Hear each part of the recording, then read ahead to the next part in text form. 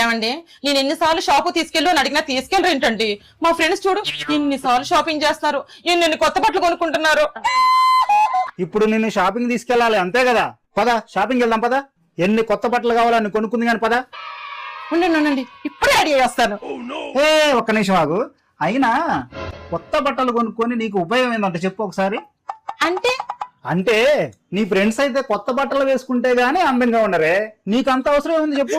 మన బీరువాలో ఉన్న పాత బట్టలు వేసుకుని అందంగా ఉంటావు, సెల్ఫ్ లో ఉన్న పాత బట్టలు వేసుకుని అందంగా ఉంటావే చెప్పు. అయినా సరే నేను షాపింగ్కి వెళ్ళాలి, కొత్త బట్టలు కొనుక్కోవాలంటే ఇదిగో కొత్త బట్టలు ఎన్ని కావాలి నన్ను కొనుక్కోపో.